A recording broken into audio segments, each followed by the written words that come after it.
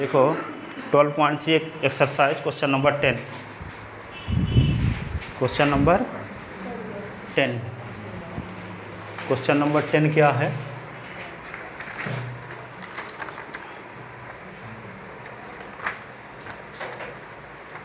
Question number 10 equilateral triangle वाला है ना। तो ये एक वर्टेक्स बनाओ, एक इतना ज़्यादा मल्टीप्लाई रहता है इसमें कि यहाँ इसे करते रह जाएंगे। एक ट्रायंगल बनाओ इक्विलेटरल ABC, और इस इक्विलेटरल ट्रायंगल की तीनों साइड इक्वल हैं, है ना। इक्विलेटरल ट्रायंगल उसे कहेंगे जिसकी तीनों साइड इक्वल हो, और इसके वर्टेक्स से मान लो ABC है, तो वर्टेक्स ABC पर सर्किल खींचो इस प्रकार से ताकि एक दूसरे को एक्सटर्नली टच करे। जैसे मान लो एक ट्रायंगल सर्किल है इस प्रकार का, ये सर्किल एक दूसरे को एक्सटर्नली टच करते हैं, ठीक है, बाहरी। ये जो सर्किल है एक ये सर्किल है जो, तो ये दोनों सर्किल एक दूसरे को इंटरनली टच करते हैं, ठीक है। ये बाहर टच करते हैं, ये अंदर एक्सटर्नली टच कर रहे हैं। तो इस प्रकार से दो इसको सेंटर मान करके, और यहाँ पे इसके बीचों बीच से जाए और इसके बीचों बीच से जाए यहाँ से, तो ऐसी कोशिश करो कि यहाँ पे इसको सेंटर मानकर और जो सर्किल खींचोगे तो ये इस प्रकार से हो एक तरह से।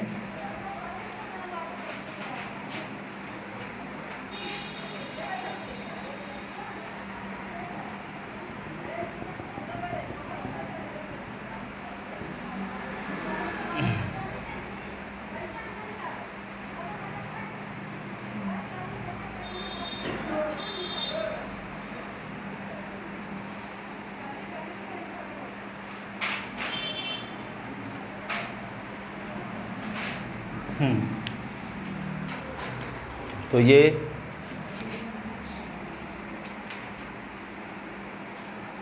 सर्किल बनाओ यहाँ पे इस प्रकार से, और ये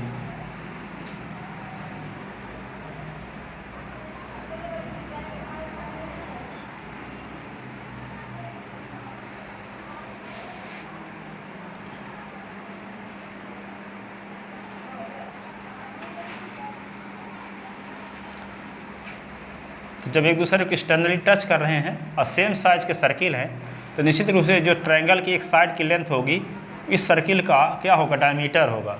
सर्किल का क्या होगा, डायमीटर होगा। तो इस एरिया को आपको निकालना है, शेडेड रीजन को, इस एरिया को आपको निकालना है, ठीक है ना।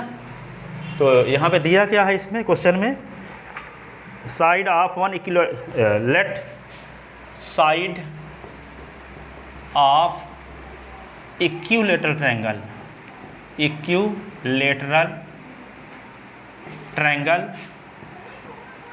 Triangle ABC B small a। इस ट्रायंगल के एक साइड की लेंथ को हम क्या मान लिए, स्मॉल a। तो area of equilateral triangle, then area of equilateral triangle, क्या फार्मूला बताए थे आपको एक दिन, √3 और इस साइड का स्क्वायर। तो ये √3/4, साइड की वैल्यू क्या है, ए माने हैं हम। अब क्वेश्चन में क्या दिया है, area of equilateral triangle. Question में क्या दिया है, area of equilateral triangle, area of equilateral triangle question में क्या दिया है, एरिया के स्थान पे 17,320.5। अब यहाँ पे √3 का मान भी दिया है। √3 का मान क्या दिया है, 1.73205, ठीक है। अपान क्या लिख दो, 4 × a², ठीक है। अब देखो इसको क्या करोगे, इसको भी बनाओ इसके जैसे। तो इसको इसके जैसे बनाने के लिए पॉइंट को यहाँ लाना पड़ेगा। कितने डिजिट आगे करना पड़ेगा, 1 2 3 4। तो 4 डिजिट आगे करने के लिए 1 लिख करके 4 जीरो को मल्टीप्लाई करना पड़ेगा।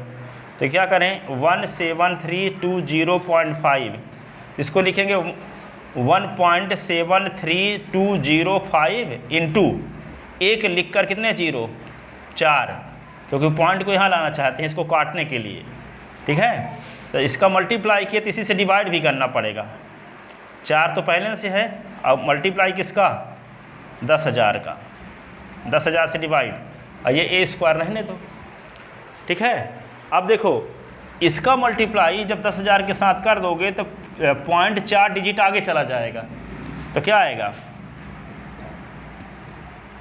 17320.5, तो इसका मल्टीप्लाई इसके साथ करोगे तो क्या आएगा 17320.5 बन गया। अपान में ये रहेगा ना 4 गुणे 10,000, ये होगा ए स्क्वायर। अब इस वाले टर्म को इधर ले आओ तो अपान में हो जाएगा, ठीक है। कोई क्वांटिटी एक साइड से दूसरे साइड में आएगी, यदि इंटू लगा है तो एक साइड से दूसरे साइड में तो अपान में हो जाता है। तो क्या लिखोगे 17320.5 अपान 17320.5 इज इक्वल टू होगा ए स्क्वायर अपान 4 इंटू 10,000, ये आ गया। ये इससे कट गया तो क्या बचा फिर 1 न बचा, तो होगा ए स्क्वायर अपान 4 इंटू 10,000।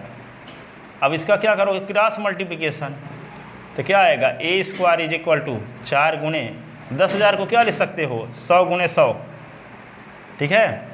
तो ए स्क्वायर बराबर 4 को क्या लिख सकते हो 2 इंटू 2 100 इंटू 100, ठीक है। तो a is equal to under root क्या होगा 2 इंटू 2 100 इंटू 100, तो इसका पेयर बन रहा है, इसका पेयर बन रहा है, तो ए इज इक्वल टू क्या होगा 2 इंटू 100, तो क्या आएगा 200।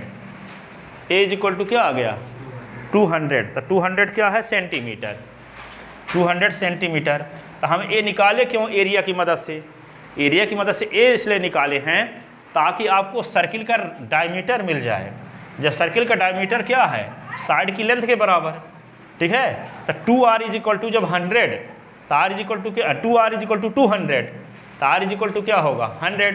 तो इस सर्किल की क्या मिल जाएगी रेडियस, और जब इस सर्किल का रेडियस मिल जाएगा तो ये तो पहले से जानते हैं कि इक्विलेटरल ट्रायंगल का ईच एंगल 60 डिग्री का होता है, ठीक है। तो ये क्या होगा एरिया ऑफ सेक्टर निकाल के 3 का मल्टीप्लाई कर दोगे, ठीक है। एरिया ऑफ सेक्टर निकालोगे तो ये क्या है एरिया ऑफ सेक्टर निकालोगे तो 60/360 पाई आर स्क्वायर, और फिर इसमें 3 का मल्टीप्लाई करोगे, तीनों सेम साइज के हैं, ठीक है। और इक्विलेटरल ट्रायंगल का जो एरिया दिया है, एरिया में से 3 सेक्टर का एरिया सेपरेट कर देंगे तो शेडेड रीजन का एरिया आ जाएगा, ठीक है ना। तो आप कहोगे कि हम फिर एरिया तो पहले से दिया है तो फिर हम ये क्यों एक्स्ट्रा काम किए, तो ये एक्स्ट्रा काम इसलिए किए क्योंकि सर्किल की रेडियस हमको पता नहीं है।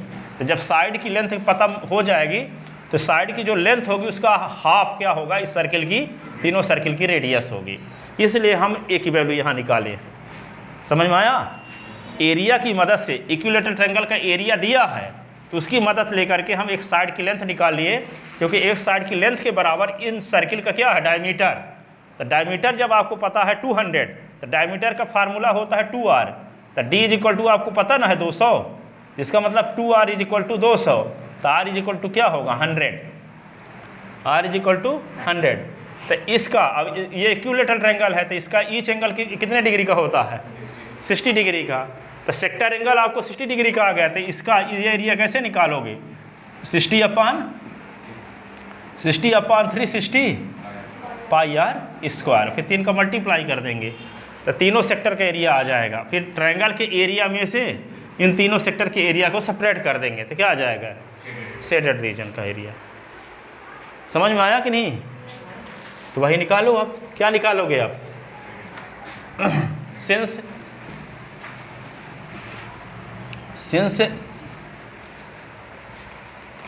Triangle ABC is a equilateral triangle, therefore angle A is equal to angle B is equal to angle C is equal to 60 degree.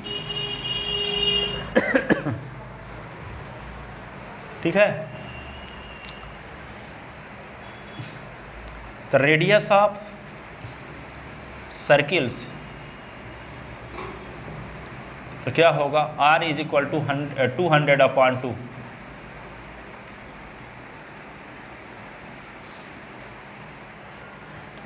तो r is equal to 100 centimetre. तो area of one sector, area of one sector, बोलो क्या लिखेंगे, θ/360 पाई r square. तो क्या होगा 60/360। पाई का मान क्या दिया है, 22/7 दिया, क्वेश्चन में कुछ दिया है, हाँ 3.14। आर की वैल्यू 100 का स्क्वायर।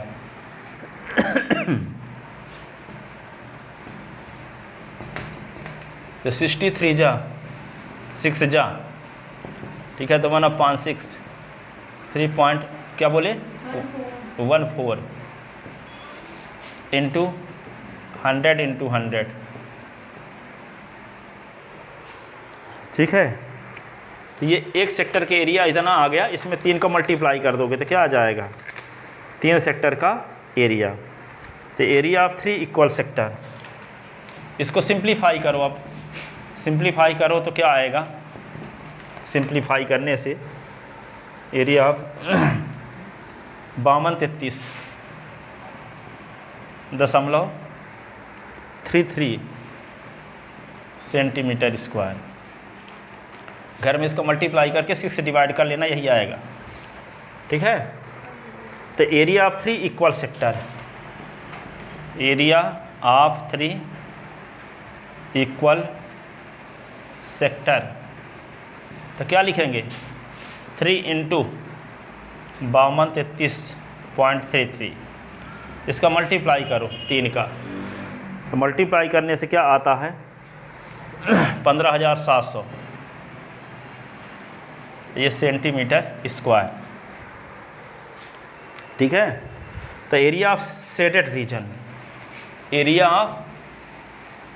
ऑफ क्या लिखोगे, area of shaded region, shaded region is equal to क्या होगा, area of equilateral triangle minus area of equilateral triangle ABC minus area of 3 equal sector, area of 3 equal sector, ठीक है। तो area of equilateral triangle क्या है बोलो, ये तो पहले से दिया था 17,320.5 और माइनस ये आ ही चुका है 15,700, इसको घटा दो, तो घटाने से क्या आएगा 1,620.5 सेंटीमीटर स्क्वायर, ये आ गया, ठीक है ना। कुछ नहीं करना था, एरिया ऑफ इक्विलेटरल ट्रायंगल का एरिया दिया था, उसकी मदद से एक साइड निकाल लिए। साइड की लेंथ क्या होगी, डायमीटर होगी सर्किल का, तो जब डायमीटर होगा तो रेडियस के लिए हाफ कर देंगे उसको, तो रेडियस मिल जाएगा। और रेडियस क्यों निकालना चाहते हो, एरिया ऑफ सेक्टर के लिए एरिया आर की ज़रूरत है, ठीक है, क्योंकि जो सर्किल बने हुए हैं वर्टेक्स में, इन सर्किल का रेडियस आपको पता नहीं है, ठीक है। तो हम एरिया ऑफ इक्विलेटरल ट्रायंगल की मदद से हम एक साइड की लेंथ निकाले, और एक साइड की लेंथ ही इन सर्किल का डायमीटर है। तो जब डायमीटर पता है तो उसका आधा कर देंगे तो क्या मिल जाएगा, रेडियस। और जब रेडियस मिल जाएगा तो इसका सेक्टर एंगल 60 कैसे पता चला, क्योंकि आप जानते हो कि इक्विलेटरल ट्रायंगल का ईच एंगल क्या होता है 60 डिग्री का। तो सेक्टर एंगल आपको 60 डिग्री मिल गया। तो एक सेक्टर का एरिया निकाल कर 3 का मल्टीप्लाई करें, क्योंकि तीनों सेम साइज के हैं, ठीक है। और ट्रायंगल के एरिया में से तीनों सेक्टर का एरिया सेपरेट करने से शेडेड रीजन का एरिया आ गया। समझ में आया अच्छे से। क्या करेंगे बोलो आप क्या करेंगे। सबसे पहले कभी कभी क्या होता है कि आप पूरा यहाँ बोल भी जाएंगे, आप एक भी शब्द ना सुन पाओगे। तो जब तक पूछेंगे नहीं तो कैसे समझ में आओगे कि सुने कि नहीं सुने। क्या करेंगे बताओ आप?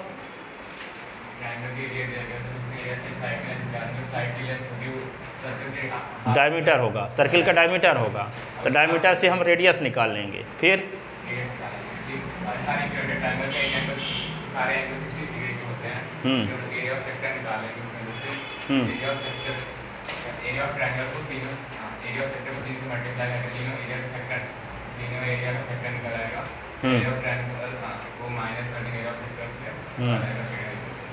हाँ, सबसे पहले क्या निकालते हैं? एक साइड की लेंथ निकालते हैं। तो साइड की लेंथ निकालने के लिए एरिया आपको पता है, तो एरिया की मदद लेकर के साइड की लेंथ निकालेंगे ताकि सर्किल का डायमीटर मिल जाए।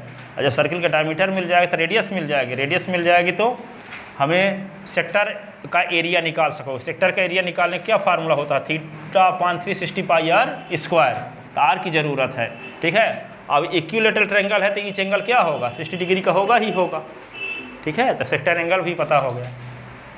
अब चलो देखो अगला क्वेश्चन। क्वेश्चन कौन सा?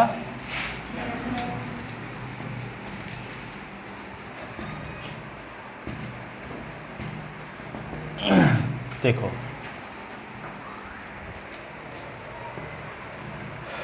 दूसरा क्वेश्चन क्या है?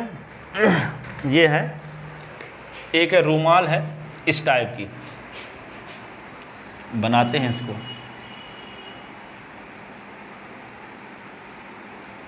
क्वेश्चन नंबर कौन सा है ये? 12, 11।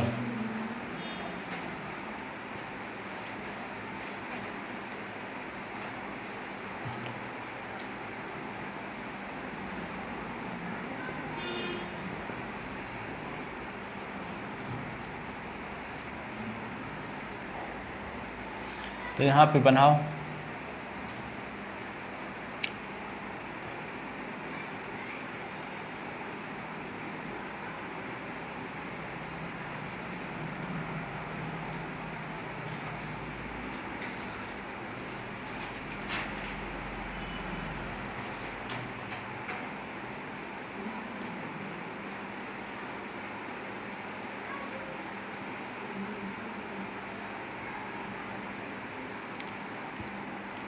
कौन सा क्वेश्चन है ये? 11 नंबर। ये हैंड करचीफ है।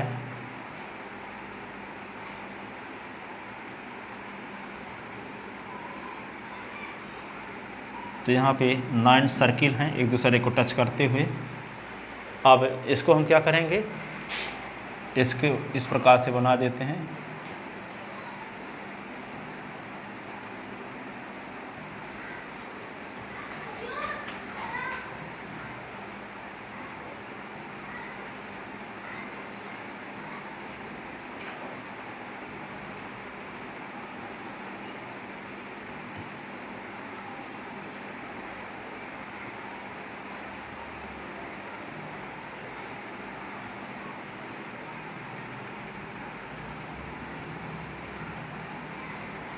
देखो ये बन गई रुमाल, ठीक है।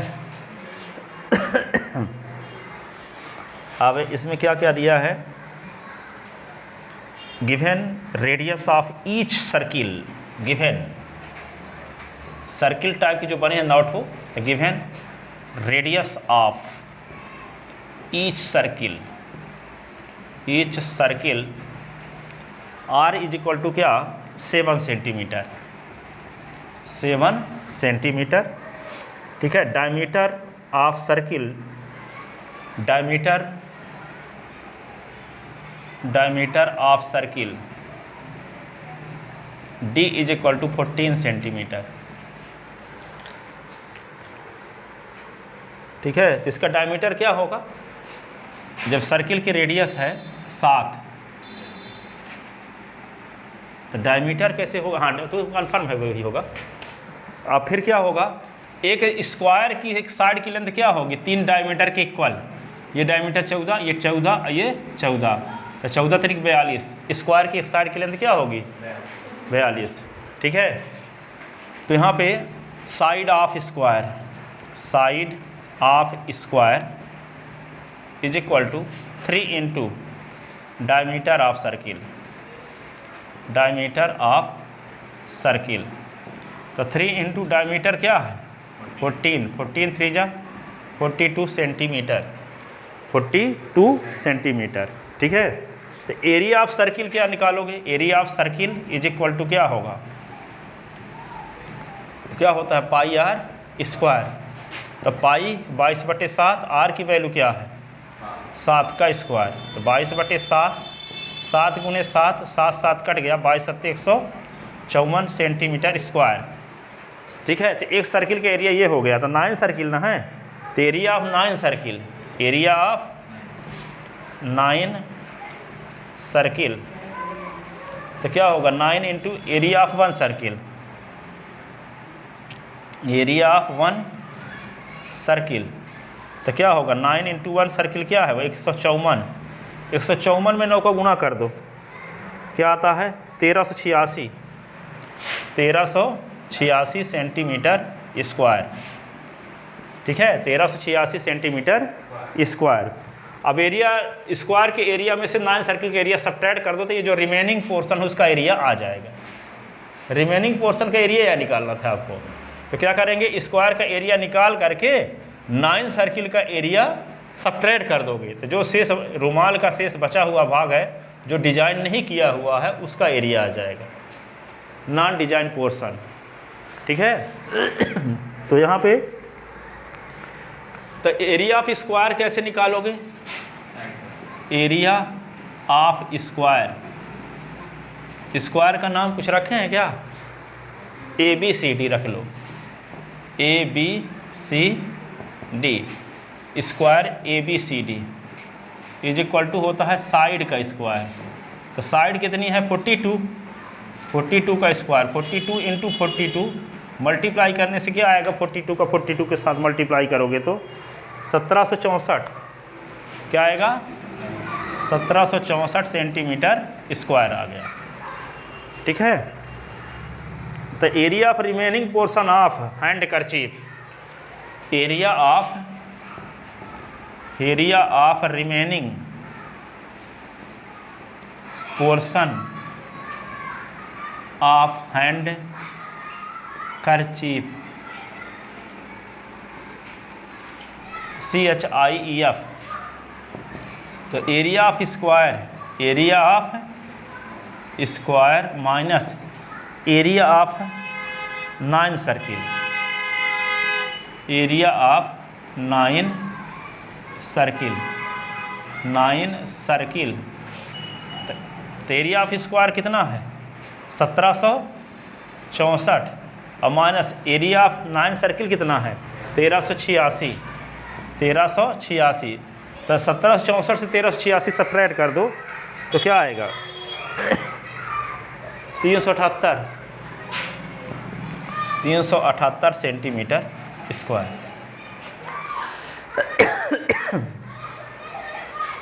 जो हैंड करचीफ था उसमें 9 इक्वल साइज के सर्किल बने हुए थे। ठीक है, अब इस सर्किल का रेडियस क्या है 7 सेंटीमीटर है, तो डायमीटर क्या होगा 14। अब 3 डायमीटर मिल जाएंगे तो क्या बन जाएगा, स्क्वायर की एक साइड मिल जाएगी, 3 डायमीटर मिल जाएंगे तो क्या मिल जाएगी स्क्वायर की साइड, क्योंकि हैंड करचीफ की साइज क्या है स्क्वायर शेप की है। ठीक है, तो स्क्वायर की साइड की लेंथ क्या होगी 42। फिर क्या करेंगे स्क्वायर का एरिया निकाल करके 9 सर्किल के एरिया को सब्ट्रैक्ट कर देंगे तो हैंड करचीफ के रिमेनिंग पोर्शन का एरिया आ जाएगा। यही हमें निकालना भी था। ठीक है, क्या क्वेश्चन में दिया बोलो। एक हैंड करचीफ है उसमें 9 सर्किल बने हुए हैं, हर एक सर्किल की रेडियस 7 सेंटीमीटर है तो उसका डायमीटर 14 हो जाएगा। 3 सर्किल का डायमीटर जोड़ देंगे तो एक स्क्वायर की एक साइड मिल जाएगी, तो स्क्वायर की एक साइड क्या होगी 14 3 42 हो गया। ठीक है, अब एक साइड की लेंथ 42 आ गई तो 42 का गुना 42 के साथ करेंगे तो क्या होगा 1764 पूरे हैंड करचीफ का एरिया आ गया।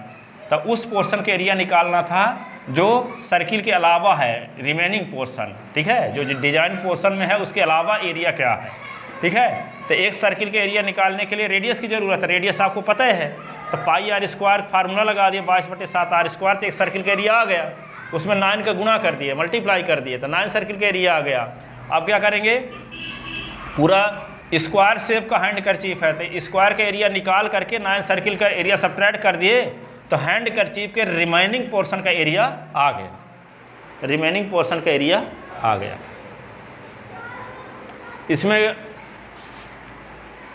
आर जब 7 सेंटीमीटर डायमीटर क्यों निकाले यहाँ, क्योंकि डायमीटर इसलिए निकाले हैं क्योंकि 3 डायमीटर मिल करके एक साइड की लेंथ आएगी, और स्क्वायर की एक साइड की लेंथ आपको पता नहीं है, ठीक है। तो रेडियस की मदद से ही आपको स्क्वायर की एक साइड की लेंथ पता करना है, तो 3 डायमीटर को मिल करके एक साइड की लेंथ मिलती आएगी, इसलिए रेडियस की मदद से डायमीटर निकाला गया। उसमें 3 का मल्टीप्लाई भी इसीलिए किया एक साइड की लेंथ के निकालने के लिए। फिर क्या करें, एरिया ऑफ है एक सर्किल का एरिया निकाल कर 9 का मल्टीप्लाई क्यों किए, क्योंकि सेम साइज के 9 सर्किल हैं, सेम साइज के 9 सर्किल हैं, ठीक है। स्क्वायर का एरिया क्यों निकाले, स्क्वायर के एरिया में से 9 सर्किल का एरिया निकाल देंगे तो हैंड करचीफ के रिमेनिंग पोर्शन का एरिया आ जाएगा, हमें यही निकालना भी है, ठीक है ना, रिमेनिंग पोर्शन का एरिया निकालना, ठीक है ना, लिख लिए।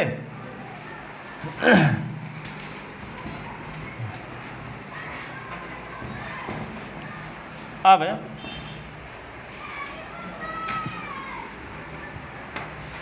क्वेश्चन नंबर कौन सा ये था, 11 था। अब 12 नंबर देखो,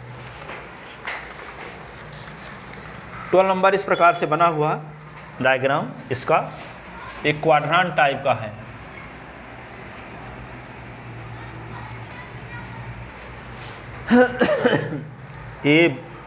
OAB ये डायग्राम सब बना है किताब में।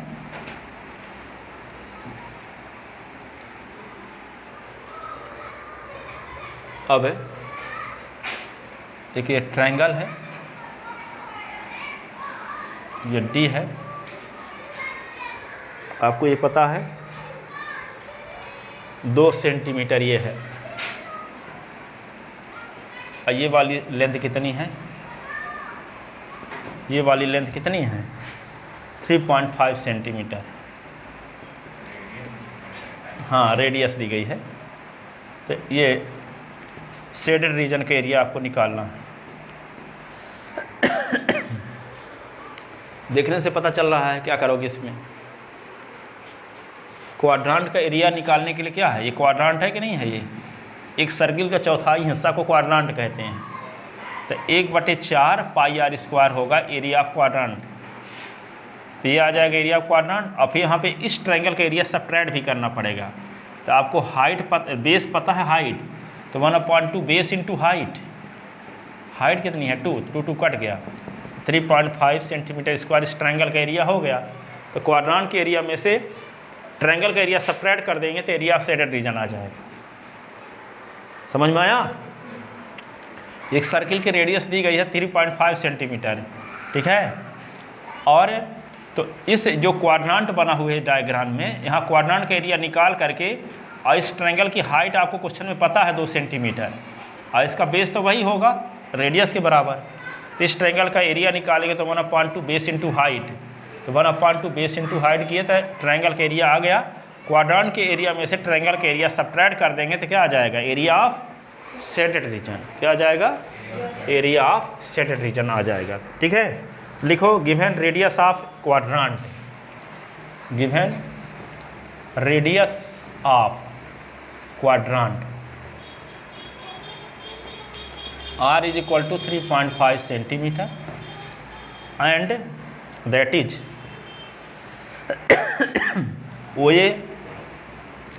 OA is equal to OB is equal to 3.5 centimetre and OD is equal to 2 centimetre given, ये भी दिया है। Then we have to find the area of shaded region, shaded region का एरिया निकालना है। तो area of shaded region, area of shaded region is equal to क्या होगा, area of quadrant, area of quadrant minus area of triangle OBD,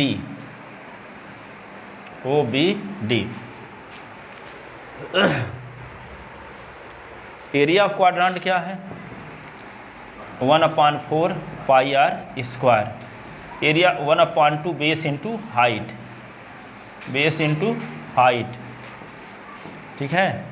तो 1/4 और पाई की value क्या है 22/7, आर की वैल्यू क्या है 3.5 का स्क्वायर, 1/2 बेस क्या है 3.5 और हाइट कितना है 2, ये इससे कट गया, ये क्या होगा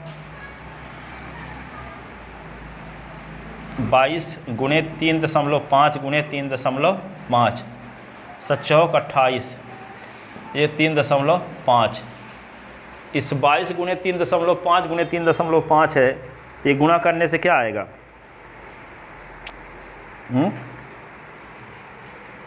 इसका मल्टीप्लाई करने से क्या आने वाला है,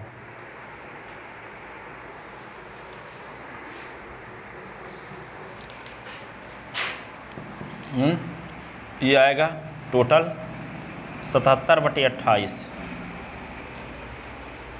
77/28 नहीं यार, इसको सॉल्व कर लेना, क्या करेंगे कुछ काट भी सकते हैं, काट दें इसको, ये हो गया क्या 11, इसको काट देंगे तो क्या आएगा 14, ठीक है। 7 से काट देते हैं, 7 दूना 14, 7 पना 35.5, 0.5, ठीक है। इसी को क्या लिख सकते हैं आगे, 11 गुणे 0.5 गुणे 3.5 माइनस 3.5। अब इसका पूरा मल्टीप्लाई करो, तो पूरा मल्टीप्लाई करने से आएगा 9.625, 9.625 माइनस 3.5, तो आएगा 6.125, 6.125, ठीक है 6.125। इसी को और किताब वाला आंसर फ्रैक्शनल वैल्यू दी गई है तो पॉइंट हटा दो, तो 125/1 लिखकर 4 ठो 0। अब इसको काट दोगे तो काटने से आएगा 49/8, 8 सेंटीमीटर स्क्वायर, ये 49/8। काट के दिखाएं कि काट लोगे, 5 से काटो, 5 से काटते जाओ तो अपने आप आ जाएगा ये इतना भी आंसर लिख सकते हो आप, सेंटीमीटर स्क्वायर, किताब में आंसर ये दिया है तो यही निकाल दिए, उसे आप यहाँ तक लिख सकते हो 6.125 सेंटीमीटर स्क्वायर।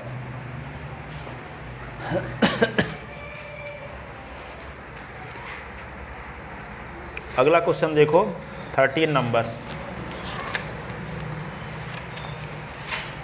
13 नंबर क्वेश्चन क्या है,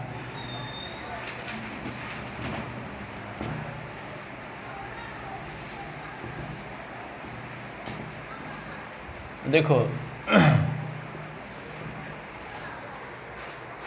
इस प्रकार का एक डायग्राम बना हुआ, इसमें भी क्वाड्रांट है, पर इधर बना हुआ है, ठीक है।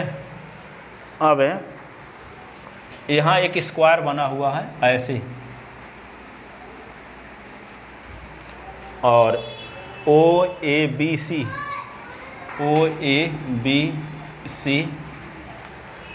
P और Q लिख लिए यहाँ पे,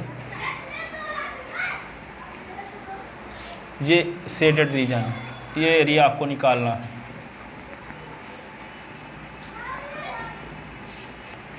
देखने से पता चल रहा है कि क्वाड्रांट के एरिया से स्क्वायर के एरिया सेपरेट कर दो, ठीक है। तो गिवन इन डायग्राम, डायग्राम में आपको क्या दिया है, रेडियस ऑफ सर्किल। तो रेडियस ऑफ सर्किल क्या है, नहीं दिया है, कुछ और दिया है। साइड, एक साइड की लेंथ दी गई है, side length of one side of square, square क्या दिया है, देखो अब सुनो इसको अच्छे से। एक साइड की लेंथ 20 सेंटीमीटर दी गई है, तो 20 सेंटीमीटर जब दी गई है एक साइड की लेंथ, तो आप इस क्वाड्रांट का रेडियस कैसे निकालोगे, है दिमाग इतना सोचने की। 20 सेंटीमीटर एक साइड की लेंथ है, अब इसकी लेंथ कैसे निकालोगे,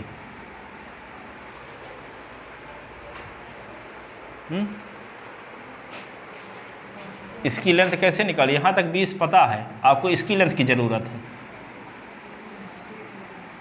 इसके लिए क्या करोगे, ये जानते हैं स्क्वायर का ईच एंगल 90 डिग्री का होता है, तो इसको मिला दो OB को, तो OB की लेंथ के बराबर होगा OP की लेंथ। तो ये क्या है, इस राइट ट्रायंगल का हाइपोटेनस है। तो पाइथागोरस थ्योरम से क्या होगा, OB is equal to under root OA का स्क्वायर प्लस AB का स्क्वायर। तो आपको OB मिल जाएगा, OB मिल जाएगा, वही रेडियस होगी कि नहीं। PGT लगाओगे, एक राइट ट्रायंगल है ये, तो राइट ट्रायंगल की एक साइड की लेंथ ये है, ये साइड की लेंथ आपको पता है। तो जब दो साइड आपको बेस पता है और परपेंडिकुलर पता है, तो क्या निकालना पड़ेगा, हाइपोटेनस। क्या निकालना पड़ेगा, हाइपोटेनस। तो यहाँ पे क्या होगा, बाई PGT, देन वी लिखो, then we have to find, we have to find the area of shaded region, area of shaded region। अब देखो एरिया ऑफ shaded region निकालने के लिए for it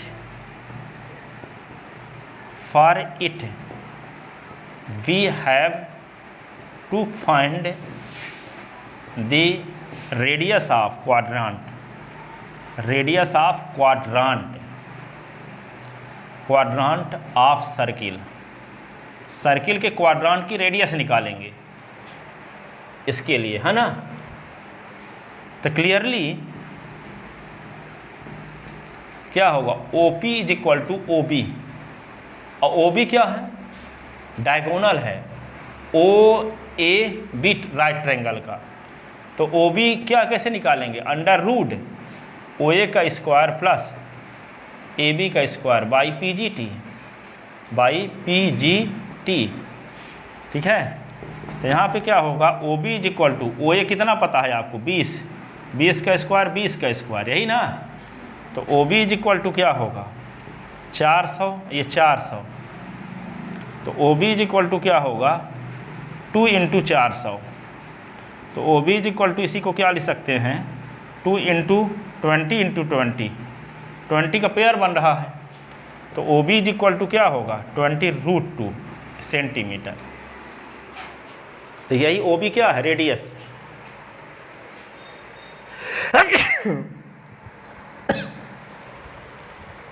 तो यहाँ पे क्या होगा, R is equal to 20√2 centimetre, ये आ गया radius.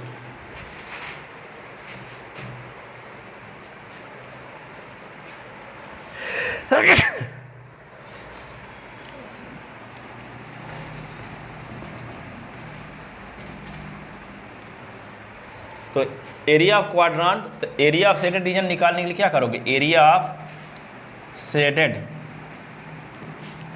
Reason is equal to क्या लिखेंगे, area of quadrant minus area of square, area of square, ठीक है। तो एरिया ऑफ क्वाड्रेंट क्या है? Area of quadrant 1/4 pi are square. Area of square क्या होता है? साइड का स्क्वायर, यही ना। तो यहाँ पे क्या लिखोगे? 1/4 22/7, आर की वैल्यू 20 रूट क्या है? 20√2 का स्क्वायर, ऐसे ना। और साइड क्या है? ये 20 का स्क्वायर। अब यहाँ पे क्या लिखोगे? 22/4 × 7, ये क्या होगा? 20√2 × 20√2, 2 बार, ये होगा 400, ठीक है। अब ये क्या लिखोगे? 22 × 20 × 20 × ये 2, √2 का गुणा √2 के साथ तो 2 बन गया, अपान 4 × 7, ये 400। अब क्या करोगे? ये 2 से कट गया तो 2 आया, 2 से कटा तो 11 आया, तो 11 × 20 × 20/7 ना, -400। अब इसका गुणा करोगे तो क्या आएगा?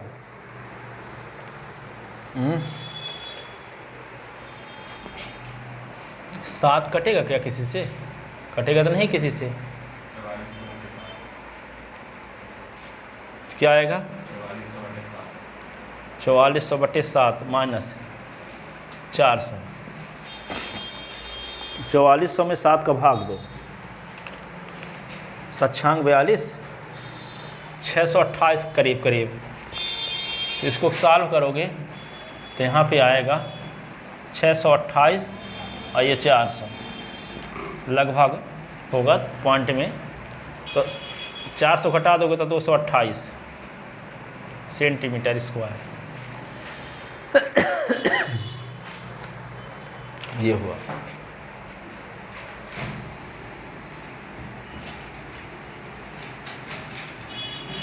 पूरा पूरा भाग नहीं जाएगा, पॉइंट में भी रहेगा, कुछ 0 कुछ अंक, तो उसको आगे के छोड़ दिए हैं, ठीक है। तो ये है। अब अगला क्वेश्चन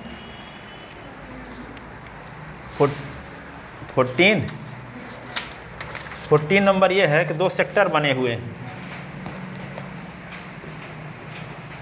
देखो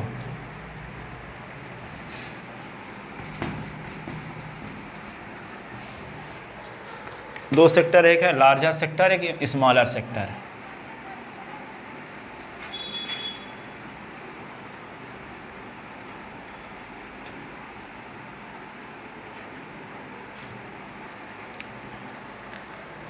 OAB और OCD,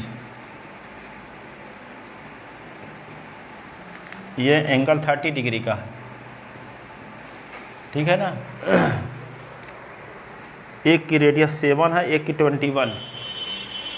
इसकी रेडियस क्या है? 7 सेंटीमीटर, और इसकी रेडियस यहाँ से यहाँ तक 7, और ये कितनी है? 21। तो आपको निकालना क्या है? शेडेड रीजन का एरिया, ये वाला पोर्शन का एरिया। तो ये एरिया निकालने के लिए क्या करना पड़ेगा? लार्जर सेक्टर के एरिया में से स्मॉलर सेक्टर का एरिया सब्ट्रैक्ट कर देंगे, ठीक है। एक को रेडियस को हम मान लेते हैं R1 = 21, R2 = 7। तो given radius of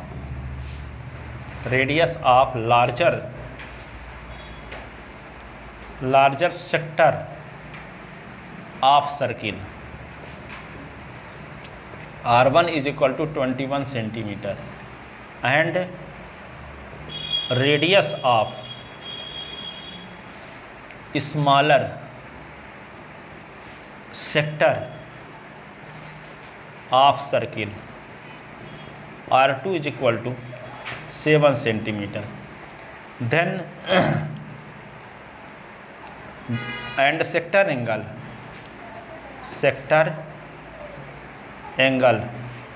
theta = 30 degree. Then we have to find then we have to find the area of shaded region, area of shaded region. The area of shaded region,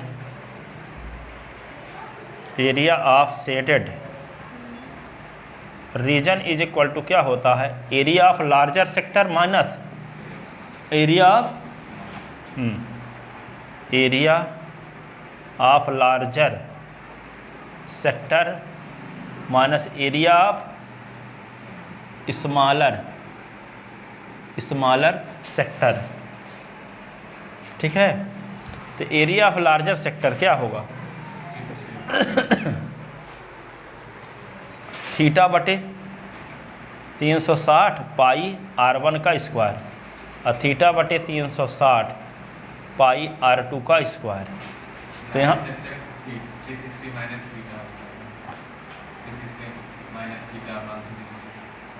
क्या होता है,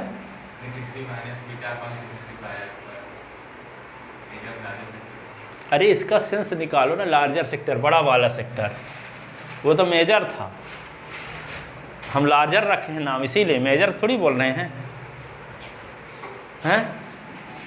ये बड़ा sector का समझते हो ना, ये बड़ा वाला सेक्टर और ये छोटा वाला सेक्टर, हम मेजर नहीं बोल रहे हैं। ठीक है, तो यहाँ पे क्या लिखोगे, 30 बटे 360 22/7 R1 के स्थान पे हैं 21 का स्क्वायर और फिर 30 बटे 360 फिर 22/7 और फिर क्या लिखोगे 7 का स्क्वायर।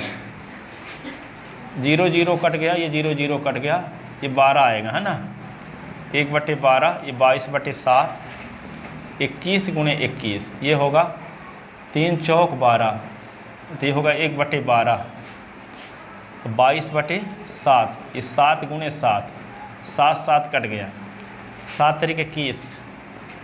ठीक है, 3 से काटो, 3 से 7 21, ये 3 चौक 12। ठीक है, ये 2 काट दो, ये 11 आ गया, क्या बचा 11 × 7 × 21/2, ये क्या होगा इसको काट दो तो 11 हुआ, ये 6 आ गया, 1/6 × 11 × 7। ठीक है, अब क्या होगा 11 7 77 × 21/2 माइनस 11 7 77/6, 77/6। अब इसको सिंप्लीफाई करो, सिंप्लीफाई करने से क्या आता है देखो।